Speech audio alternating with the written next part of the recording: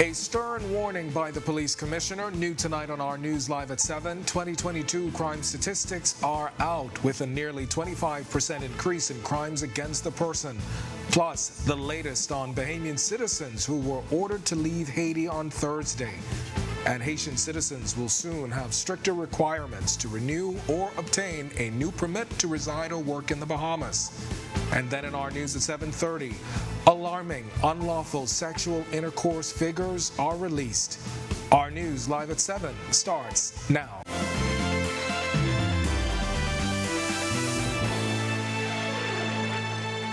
Welcome to Our News Live at 7. Thanks for joining us tonight. I'm Kendino Knowles. The worsening situation in Haiti prompting the Davis administration to order all diplomats in that country to leave that island on Thursday. This as Haiti struggles with humanitarian and crime crises since its president, Jovenel Moise, was assassinated in 2021.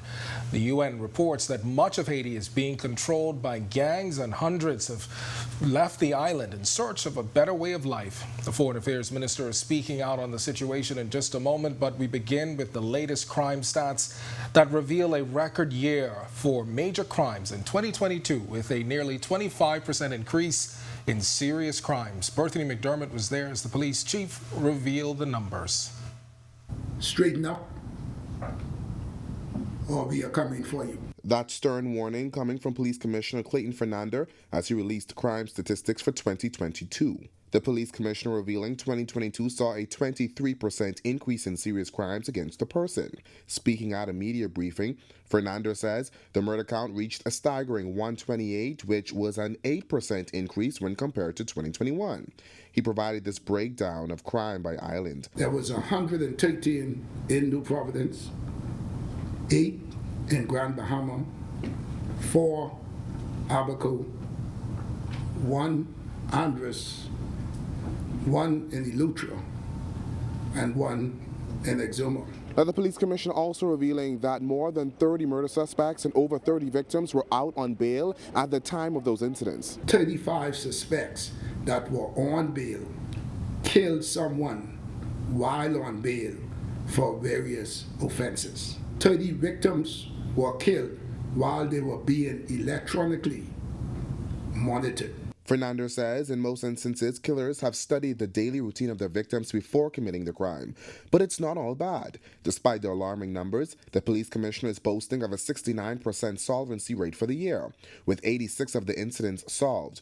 Fernandez calling this significant. 2022 also saw 555 armed robberies, or a 34% increase over 2021. He said 14 of these incidents involved tourists. The top cop saying research revealed that suspects and victims of violent crimes are young men between 18 and 35 years old. He added that in some instances, parents are not paying attention to their children. As for the motives behind the crimes, retaliations, conflict, gangs, and drug turf wars. Reporting for Our News, I'm Berthany McDermott. And we'll have more from the police commissioner coming up later on in our broadcast. But for now, a 27-year-old man is facing a manslaughter charge after a fatal shooting on January 21st. Police have charged Union Village resident Anton Sturrup for the shooting death of Lavardo Fernando. Prosecutors say Sturrup was clearing an air rifle at the back of a home on Faith Avenue South. When it went off, Fernando was shot and died on the scene. Sturrup was not required to enter a plea to the charge when he appeared before Magistrate Kendrick Kelly on Friday. He was denied bail and is expected back in court on March 15th for a voluntary bill of indictment.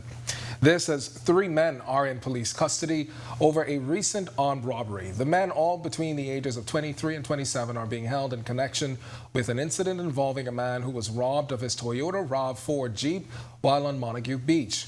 And police also need your help finding 4 men they say they believe are responsible for 2 separate armed robberies. In the first incident, 2 men robbed a man of his pink 2012 Mitsubishi Mirage just before 5 p.m. when he was traveling east along the east-west highway and collided with the suspect's vehicle. Police say the victim invited the suspect to his mechanic to assist with repairs. While en route, that's when police say the suspect reportedly produced a handgun and robbed the victim of cash and his car. In the second incident, police say 2 other men robbed a couple of a Nissan Note and cell phones while they were parked near a western New Providence beach around 10:30 p.m. If you have any information that can assist police, you are asked to call 911, 919, or Crime Stoppers at 328-TIPS. And now to that story over in Haiti, where we are now learning that diplomats who were ordered to leave the island have been extracted from that country. For nearly 2 years, the poor island nation has been stuck in a crime and humanitarian crisis. The worsening situation there prompting the Davis administration to order all diplomats to leave. Foreign Affairs Minister Fred Mitchell. There was an event with the Haitian National Police where there seems to be some kind of revolt or protest.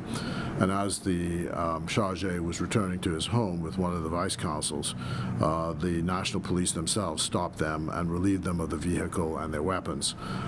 This was reported back to us, and then there were some concerns by family members about the folk who were there. And we thought, out of an abundance of caution, it's better to ask them to withdraw as soon as they could safely do so. At the time, he said there were 7 Bahamian diplomats in Haiti. This is a problem which has existed since 1804. This is not a new issue, even before 1804. The issue of governance in Haiti is vexing, but the security situation sort of ebbs and flows. The diplomats themselves, left to their own devices, wouldn't come home because they don't feel a sense of threat. They understand the way the system works, but we can't afford. All right, and we've got more on that coming up in our news at 7:30. But before we get to that, the immigration minister calling an emergency meeting this morning to announce stiffer requirements for Haitians applying to live and work in the Bahamas. Jamila Mizik explains.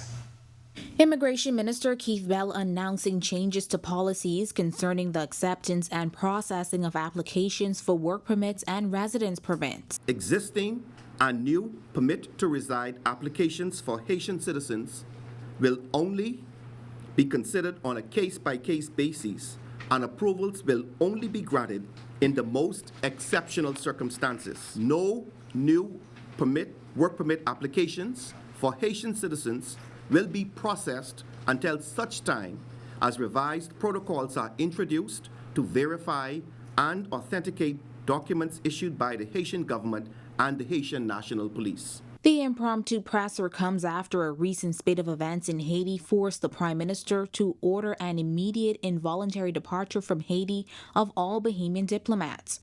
Bell explains what led immigration officials to take yet another measure to address an exceptional circumstance. In a case where a father, mother, children would have been killed or executed, or instances where we know that they have been hiding, we know that the gangs have put threats, and they've actually carried out those threats on those families. The immigration minister also says all existing work permit applications and renewals for work permits will be subjected to the most vigorous review and scrutiny. As for whether these new measures may seem discriminatory toward Haitians, our policy has been consistent in terms of ensuring that anyone, documented, undocumented, or illegal, who comes to this country, that we ensure that there is due process and that they are repatriated as quickly as possible. And it does not only go for persons coming from Haiti. Reporting for Our News, I'm Jamila Mizik. All right, thanks a lot, Jamila. Well, it's time now for your first look at temperatures, and meteorologist Greg Thompson is standing by in the Weather Center. Greg? Yeah, thanks, Candino, and a happy Friday evening, everybody. We got some partly cloudy conditions outside our studios because we have a frontal boundary that's just lurking to the south of us. We'll see it in our satellite picture. But of course, it's breezy out there. Temperatures are comfortable in the low to mid 70s, 74 outside our studios right now. Your winds are out of the northeast at 17 miles per hour, and your feels like temperature is at 74. Temperatures around the islands tonight, right now in Freeport, it's 70 degrees, 72 in Marsh Harbor. We pick up 77 in Alistown, Bimini, 72 in Governor's Harbor.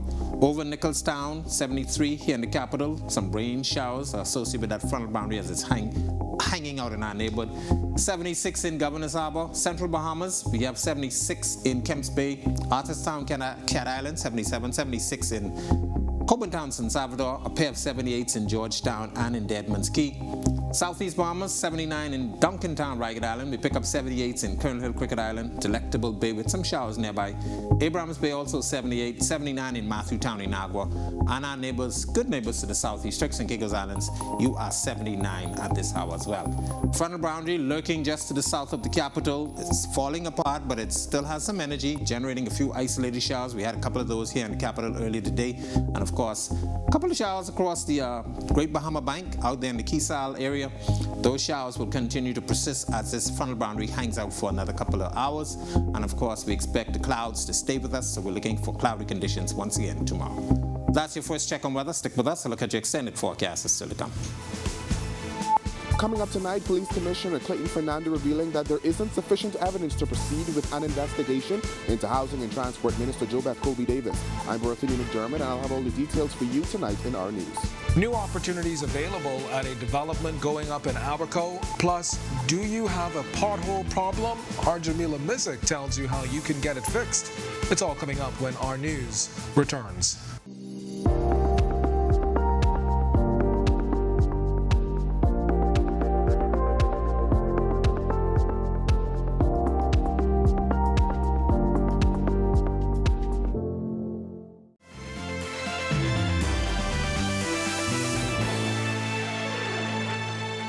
Months after the alleged incident, Police Commissioner Clayton Fernando saying there's not sufficient evidence to continue with an investigation into Transport and Housing Minister Jobeth Colby Davis. At a carnival event back in May 2022, it is alleged that Colby Davis got into an altercation with a police officer that allegedly resulted in him being injured by the car she was in.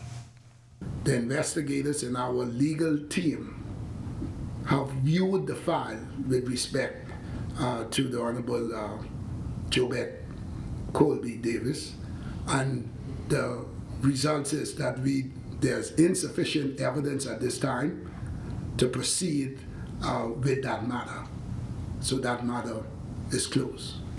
At the time, it was said the officer suffered injuries and had retained a lawyer. The commissioner says he's spoken to the officer, who will return to work, and says more facts are needed to proceed with the matter. We don't investigate in the media. There was a lot of things thrown out there on social media. We don't investigate in the media. We need facts and evidence to put matters before the court. Other than that, the magistrate and the judge will say, and you all go from here. You're in that there's no evidence to connect it. That's what we deal with. But there was a lot of talks in social media. You pay attention to it, but you don't get involved to it. You check. And Abaco residents learning more about the signing of a heads of agreement for Kokona South Abaco and what it will mean for that island's economy. The Tourism and Deputy Prime Minister, who was there for a town meeting recently, sharing these details with our Megan Shepherd.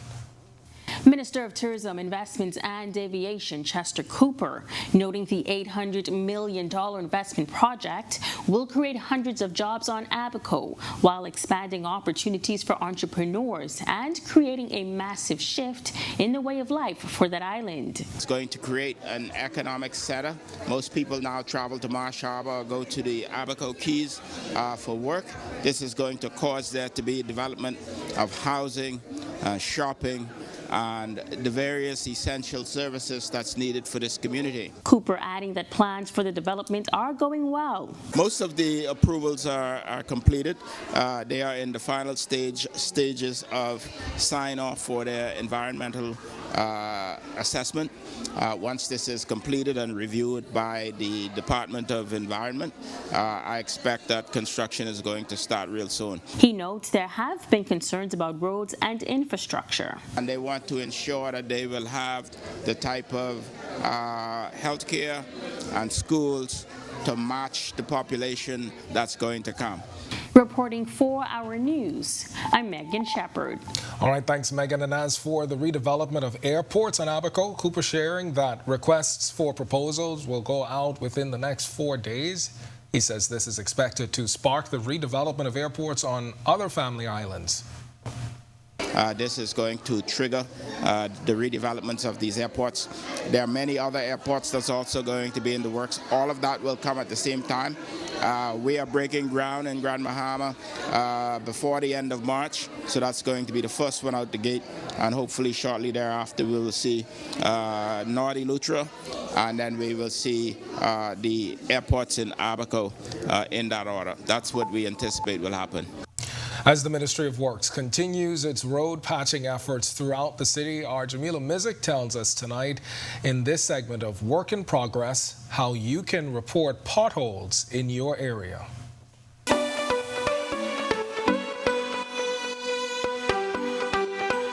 Owner of Black Gold Trucking Darrell Brister and his team were hard at work this week conducting a road patching exercise in the South Beach and Bamboo Town areas. And for road users, the repairs posed little to no interruptions on their daily commute. But how do they know which areas to target for repairs? Well, Brister says besides scouting the areas, they receive helpful tips from the Ministry of Works. The ministry has a hotline, and that hotline, what they do is to assist us in finding holes. They'll send us those holes, and then we'll actually go to those locations to actually get on it and actually start to do some patchwork. And as for how you can stay up to date with pending works and improvements or report potholes in your area, he says you can visit the Ministry of Works Facebook page or call the hotline numbers at 557-3227 or 376-9036. You can also ask any question that you need to ask, even if you have concerns about a particular area that has a pothole or a road that needs to be paved. Once you send it to the ministry's page, someone will probably respond and reply, and then forward that message over to the contractors. For Work in Progress for Our News, I'm Jamila Mizik. When our news comes back from the break, we turn our spotlight to stories making headlines across the world with unrest in Haiti as police riot after gangs kill 14 officers. Plus, why 1958 saw what was described as the longest and stormiest House of Assembly session. And do you have empty beer bottles laying around? Well, you may be able to cash them in. We'll tell you how when our news continues.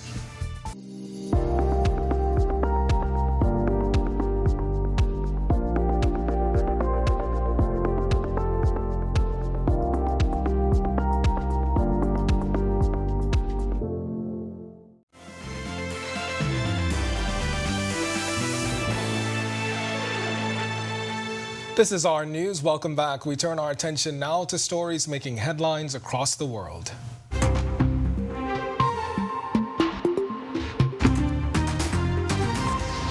Authorities announced the Friday release of police video depicting 5 black police officers beating a black man whose death prompted murder charges against them. Family members of Tyree Nichols pleaded for any protests to remain peaceful. The officers were all charged Thursday with murder and other crimes in the killing of Nichols, who died 3 days after a confrontation with the officers during a traffic stop on January 7th. Shelby County District Attorney Steve Mulroy telling a news conference that although the officers each played different roles in the killing, they are all responsible. And recently released security footage showing a gunman opening fire at Azerbaijan's embassy in Iran on Friday. Police said the gunman killed the embassy security chief and wounded 2 others. CCTV footage obtained by Reuters showed the moment of the deadly armed attack when the attacker broke through the guard post, killing the head of security with an assault rifle. Iranian Foreign Ministry spokesperson Nasser Kanani strongly condemned the attack, according to the state TV, saying the issue was under investigation. British Prime Minister Rishi Sunak says he will await the outcome of an independent investigation before deciding on any action relating to his Conservative Party chairman, Nadeem Sawahi. Questions over Sawahi's tax affairs have dogged the Prime Minister for a week now, prompting some in his government party to call for their chairman to resign. Sawahi has said Britain's tax authorities ruled he had been careless with his declarations, but had not deliberately made any effort to pay less tax. Sunak said he asked his ethics advisor to look into the case. Rebel police officers rioted in Haiti's capital Port-au-Prince on Thursday, all in protest of the killing of more than a dozen colleagues by criminal gangs. The rioting officers blamed the government for not taking action. More than 100 demonstrators blocked streets, burned tires, broke security cameras, and damaged vehicles. The The National Union of Haitian Police Officers says 14 men have been killed since the start of the year in various gang attacks on police stations. And finally, roadblocks set up across Peru by demonstrators demanding the resignation of the country's president, saying that it will be dismantled. Officials have said that police and the military are preparing to mount a joint operation. Supporters of former President Pedro Castillo took to the streets after he was impeached and arrested for trying to dissolve Congress in December. They want his successor, Dina Ballard, to quit and hold fresh elections. Still to come in our news, today in history, find out interesting facts about the day that was January 27th and the 1778 raid of Nassau. Plus, Greg is back with your extended weather forecast. And then in our news at 7:30, we'll tell you why government high school students and teachers are ecstatic about a homegrown initiative. It's all coming up when our news returns.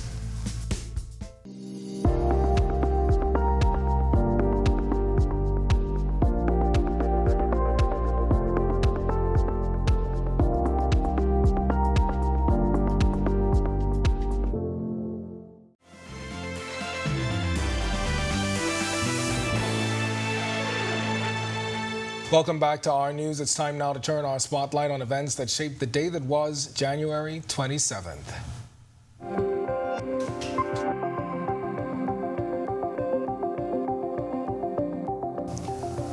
On this day in Bahamian history, in 1778, the raid of Nassau took place during the American War of Independence. The United States Continental Navy sloop Providence, commanded by John Peck Rathbun, anchored offshore under the cover of darkness, and a party of 26 Marines rowed ashore and captured Fort Nassau. This was after climbing the walls and subduing the guards. The Marines received the soldiers at the fort by giving the all is well call to guards while they repositioned the cannons to defend Nassau from any British forces that may have come to retaliate. Captain John Trevett, who led the men ashore, later sent 3 Marines to demand the surrender of Fort Montague. The fort was surrendered and the Marines dumped the gunpowder from the fort into the sea and spiked the cannon. Captain Rathbun left Nassau on January 30th with the gunpowder from the fort, 300 guns, and 3 ships captured from Nassau Harbor, burning another 2 that he was unable to take. A long, stormy House of Assembly session took place on this day in 1958. They met at 8:15 p.m. that dark night in what would go down in history as one of the longest and stormiest sessions in its modern history. One of the reasons for the prolonged parliamentary session was then Governor Sir Raynor Arthur had requested that British troops be sent into Nassau. In 2012, some 65 people lost their jobs with the closure of Robin Hood's Tonique Williams Darling Highway store. At the time, the retailer's president said he had little choice but to liquidate the company after it suffered a $3.6 million net loss.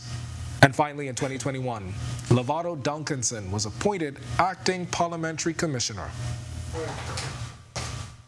All right, well, Jimmy's Wines and Spirits is encouraging us all to do our part in saving the environment. And with the reintroduction of one of its programs, you'll also be able to earn some extra cash.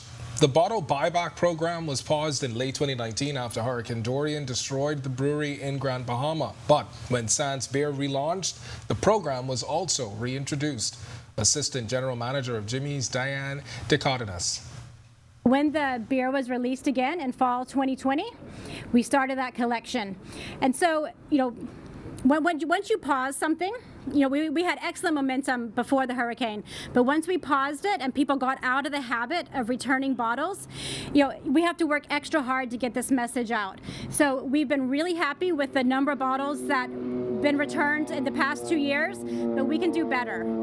We really want to reach out to where the majority of our bottles are returned. That's going to help everybody, because with these increases in prices of raw materials and shipping, if we have to import a new bottle every time we fill it on the brewery line, just imagine what that would do to the cost for everybody and all the bottles that are going in the landfill. Claudia Dessous of the inventory department says it's one of the company's passion projects and is a small step that makes a big impact. The bottles have to be our Sans products, for example, Sans Bear, Sans Light, High Rock, Strong Bar, and our new Bushcrack Light. So please please return the bottles. It's such a perfect way for us to keep our costs down, which means costs will always be low and affordable to all of our customers, and that's what it's all about. It's a double-edged sword here at Bahamian Brewery. So you're getting cash back for bottles, you're getting cash back for your bottles, and we're definitely having our part in saving the environment. Cash bottles is for every single person, whether you consume our products or if this is just a side hustle where you go around collecting bottles. We are happy to accept your bottles here at Bahamian Brewery/Sands. All right, well, to learn more and to watch that story again, and for all of today's top stories, you can visit ournews.bs. That's going to do it for us in News at 7. Joining us now is our Talia Hall. She's got the latest headlines. Talia, before you get to it, did your family participate ever in the bottle buyback program? Yeah. I know mine did. My grandmother, she would collect them and store them in our garage. I don't think I fully understood what was happening, same. but she was really committed to the cause, so I'm happy to see it come back. Yeah, I just remember my dad just stocking them up week after week. How much would you get? I think maybe, I don't want to, say the wrong thing, but I think it was like $2 a case or something like that. So yeah. It was something that But I mean, hey, it's helping the environment, right? So, yeah. And that's good. I'm happy to see it come back. But we've got the latest on the situation in Haiti, prompting the extraction of Bahamian diplomats from that island. Plus, we are following a case involving a man and police in a viral video. First tonight on Our News Live at 7:30, the latest on Bahamians ordered to leave Haiti. Plus, 2022 crime statistics are out. Why the commissioner says the increase in unlawful sexual intercourse cases are alarming. Plus, the man whose violent arrest was caught on camera appears in court. We'll tell you why. And we take a look at what's hatching at Government High School's egg program. Our News Live at 7:30 starts in a moment.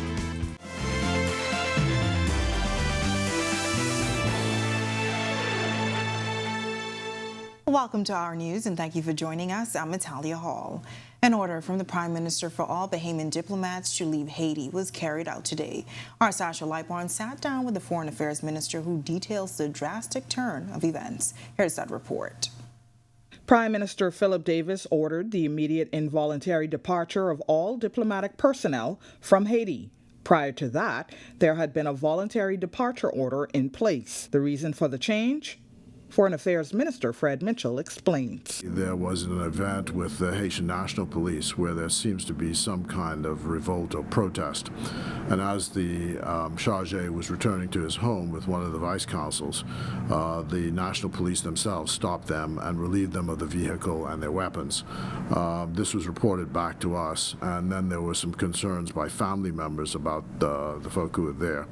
And we thought, out of an abundance of caution, it's better to ask them to withdraw as soon as they could safely do so. Now, since interviewing the minister this morning, the 7 Bahamian diplomats in Haiti were successfully taken from Port-au-Prince and have landed in the Dominican Republic.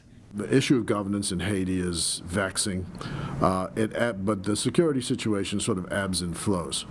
The diplomats themselves, left to their own devices, wouldn't come home because they don't feel a sense of threat. They understand the way the system works, but we can't afford for anything to really happen to them if we could avoid it. Noting that the measure is also temporary, the Foreign Affairs Minister says there are still plans in place to add more manpower and set up another office. We were about to send 2 additional security people in from the Defense Force next month. We were considering opening a consulate in the north of Haiti because that's where most Bahamians go.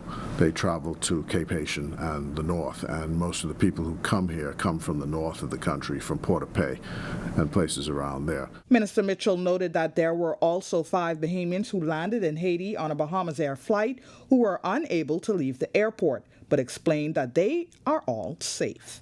Reporting for Our News, I'm Sasha Lightborn. Thanks, Sasha. Well, alarming is how Police Commissioner Clayton Fernandez describing the increase in sexual assault cases last year. He's advising parents to keep a close eye on their children when they're using social media. Bertha McDermott reports. Police statistics revealing that 2022 saw a 15% increase in rape and an 11% increase in unlawful sexual intercourse cases. Speaking at a media briefing today, Fernando revealing that the sexual intercourse cases involved females under the age of 16. There was 139 matters reported, 11% increase over 2021. 94 in New Providence, the breakdown, 29 in Grand Bahama, 17 in the family of islands. As for the rape cases, there was 55 rapes reported, 15% increase over 2021. 8 involved tourist victims. 39% of the victims knew the assailant.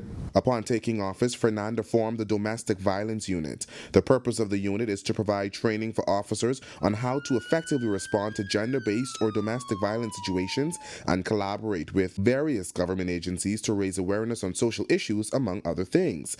Meanwhile, the top cop is cautioning parents to monitor their children while they're on the World Wide Web. Please try to monitor your children on social media. Watch their habits on social media. As for men who prey on children, stop now. If you do, we will find you and you will be prosecuted to the full extent of the law. That is a no-no. Reporting for Our News, I'm Berthany McDermott.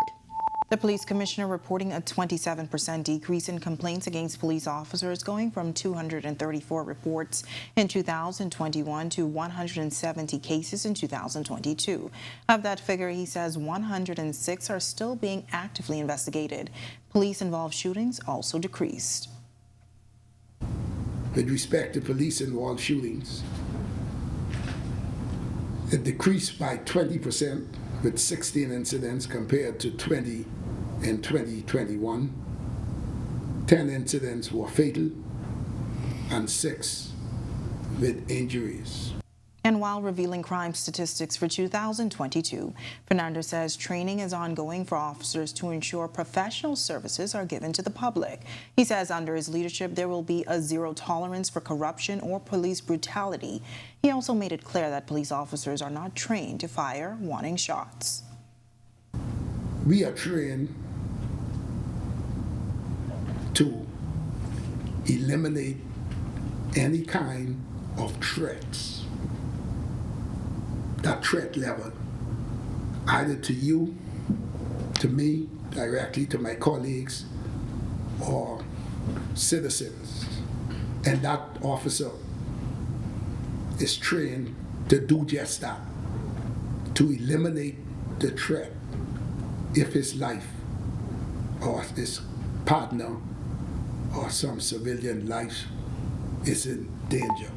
A man who was beaten by police during his arrest has been granted $4,000 bail on a theft charge.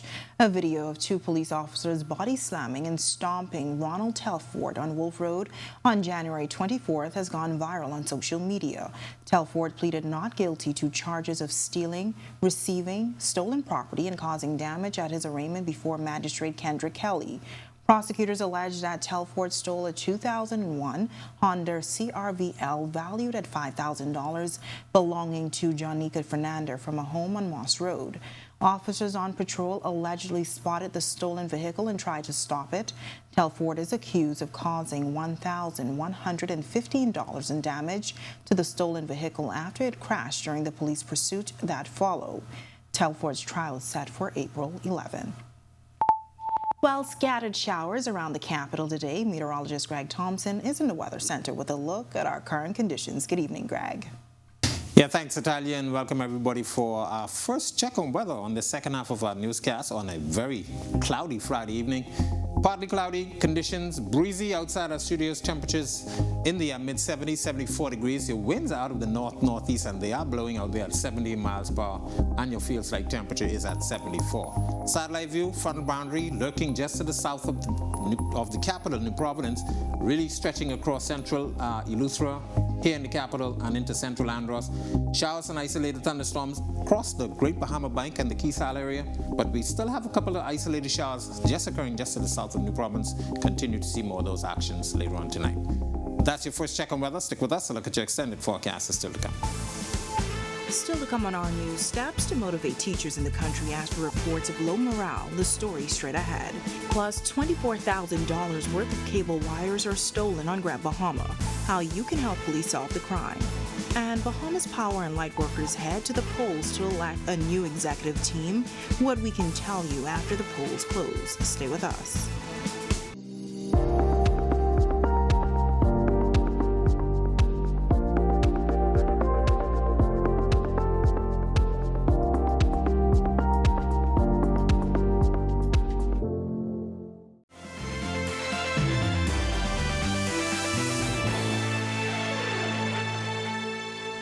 Traffic Division officers conducted an initiative dubbed Operation Safe Streets on Wednesday.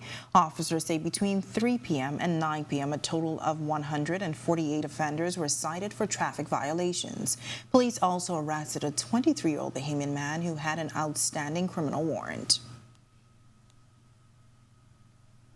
Well, police in Grand Bahama need your help finding $24,000 worth of stolen cable wire. They say sometime between Friday and Monday, someone stole 600 feet of copper cable wires from a business on East Sunrise Highway. Now, anyone with any information should call police at telephone numbers 911, 919, or their nearest police station. The Bahamas Electrical Workers Union election taking place at the BCPOU Hall today. The union that has over 500 members had a lot of support as members turned out in large numbers to vote. Our News speaking with President Kyle Wilson outside the hall this afternoon as voting was taking place. He says overall he is confident that he will win once again, as it is his mission to continue fighting for the rights of workers. I'm fighting for the younger people in terms of their benefits, as there is different benefits for workers in the company. And so we have persons paying into medical and pensions and persons who don't. And I want to even the playing field for those members who are. We have persons who are about to even retire, and they're paying high premiums into retirement to keep the insurance. We are asking for a better insurance that covers vision and dental, and one that persons can take into retirement that's affordable. For the office of Vice President Antonio Dean and Assistant Secretary General candidate Andrew Carey say they believe they have the support of the union members. We're trying to change a lot of stuff as relates to the union itself as a body. What we want to do is tie people that have not been recognized so much. So there are gaps that we need to bridge. Having our workers also being at the forefront of the union is a good thing. That way everybody's interests could be at heart and we get the best results. A recent online survey revealing that most teachers do not feel appreciated. Education Minister Glenys Hannah Martin says 750 teachers participated. The Education Minister also shared some of the recommendations provided in a morale report. Perhaps the most profound recommendation emanating from the report in terms of the financial sustainability of teachers is the commitment to bring teachers' salaries in line with top-tier professionals, such as engineers, physicians, and attorneys. It was the view of the committee that this is a very concrete and necessary step in the right direction. I was further advised that the results of the teacher survey were tremendously uplifting for all of the persons who participated in the discernment process. The results were revealed during a press conference where the Ministry of Education released that Teachers Morale Committee report. New committee members were also introduced, the ministry noting that a high quality of education starts with excellent teachers. And as a result, a series of meetings were held, and it was agreed that research would be necessary to provide a review on teacher morale. The purpose of the research is to improve the morale of teachers within the public school system. Acting Director of Education Dominique McCartney-Russell. And we will continue to engage you to foster greater respect for what you do. We will seek to provide teaching resources. We will seek greater educational reform and show appreciation for your diligence. We are improving our processes for efficient resolutions to HR matters. When our news comes back from the break, egg prices have you down while a local high school's program is taking off. What you need to know to save on your next dozen. Plus, coming up in sports for tonight, DeAndre Ayton making his return to the Suns lineup with mixed results. We'll also tell you how the UB ladies softball team off to Florida, and Abaco playing host to some PGA golf. That's coming up in sports. Plus, don't pack your umbrellas away just yet. There may be more rain ahead. We have all of the details when our news continues.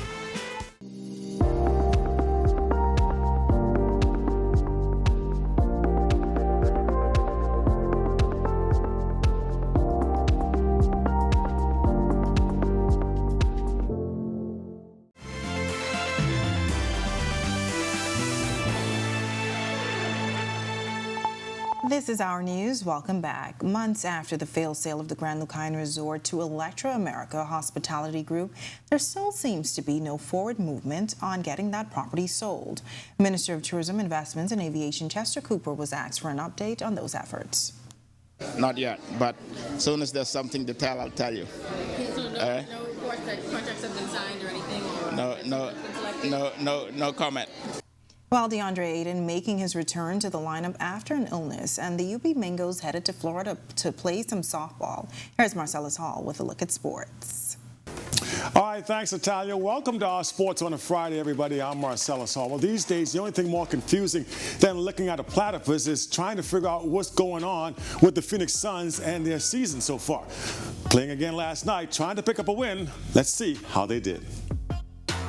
For DeAndre Ayton and the Phoenix Suns, grabbing hold of a win has been like holding on to a cactus these days. Meanwhile, DeAndre making his return from injury, hoping to add a little razzmatazz to the Suns offense, and he would do his part. Taking a look at what DeAndre did during the course of the night, he played 31 minutes, 19 points, 20 rebounds, 2 assists, and 2 blocks on the evening. Unfortunately, would not add up for a win. Mavericks 99-95. This without the services of Doncic, who did not play in this one due to an injury. Suns continue their struggle, now looking to see if they can get back on the winning track when their next game comes your way, which will be on Saturday when they face off against the San Antonio Spurs. Meanwhile, the UB Mingos softball team, the ladies softball team, getting ready to do some action during the course of the weekend, and taking a look at what's happening with them. They are set to leave town. UB Mingos softball ladies will be headed to South Florida this week, when they hope to do some good things matching up against some teams in that region. They will be headed to play a number of squads, a doubleheader, and then take on Florida Memorial on Sunday in another doubleheader. They'll play their first couple of games against Fort Lauderdale University and then again against Florida Memorial, hoping to come back with a couple of wins. This will be just after the Mingos coming off a 2022 NPSA playoff appearance and looking now to improve. Golf taking place in the Out Islands as the PGA Tour continues its tour through the Abacos. Latest tournament going extremely well, as now the PGA Tour has made this an annual event on their schedule. Abaco Open, one of those now that people look forward to seeing during the course of the golf year. And that's your look at sports here on this Friday. I'm Marcellus Hall. Have a great weekend. Back to you, Italia. Still ahead on Our News tonight, an egg program is a hatching success. And will the weekend weather bring more showers? Greg is back with your weekend weather planner right after this quick break.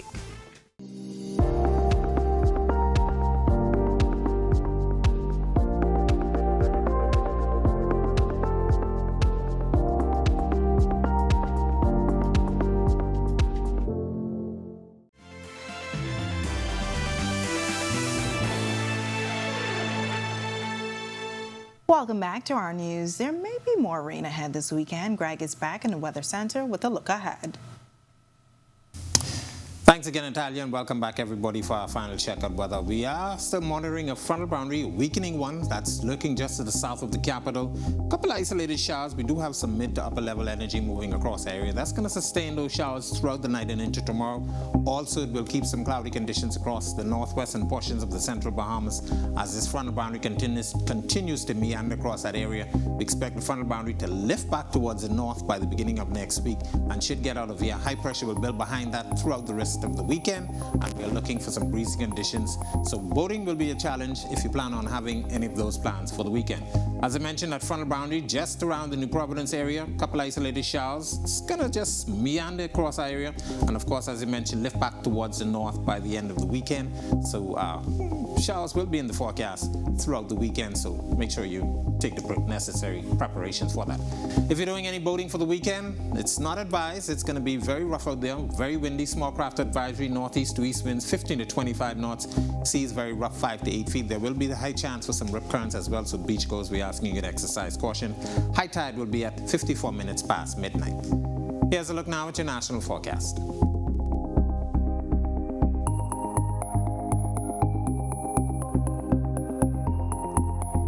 In your extended forecast, we will keep some showers in the forecast through Saturday as that frontal boundary meanders across us and then lifts back towards the north. Mostly pleasant conditions for the beginning of next week. Temperatures will warm back up into the 80s. That's a look at our weather. Make it a safe night and have a great weekend, everybody.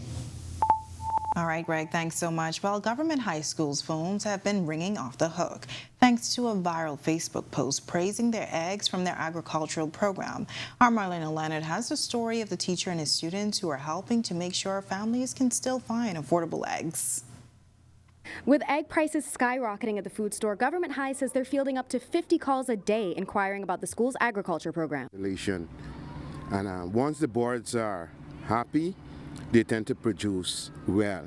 McNeil Paris has been a teacher at Government High for the past 25 years and the coordinator of their agricultural department since 2013. Last year, the department saw a new addition in their animal husbandry program. We got some chickens from the Ministry of Agriculture. Our coop here was not completed, so we had to put the chickens in the classroom. And later on, the ministry came on board and they completed our chicken housing. Now, in the midst of one of the largest bird flu outbreaks in U.S. history, egg prices are skyrocketing, and many residents have turned to the program at Government High to buy their eggs. The response from the public is phenomenal, and we are trying to help everybody because we know the situation. So what I'm trying to do, I limit 2 cartons per person. Paris says thanks to his and the students' tender care of their 60 chickens, almost all of them produce about an egg a day. Paris also works to teach the agricultural economics so they can understand the marketing aspects of agriculture. And the students are as equally enthusiastic about the program. It's helping other people because I feel like our eggs are like the cheapest, because when I was in the food store, eggs was like almost $10.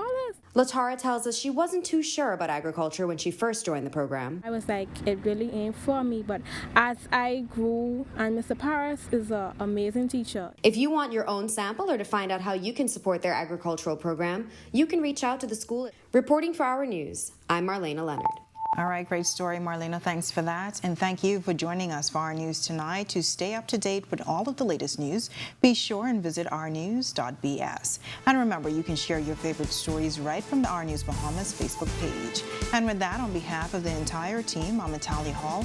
We'll see you tomorrow night. Have a great evening.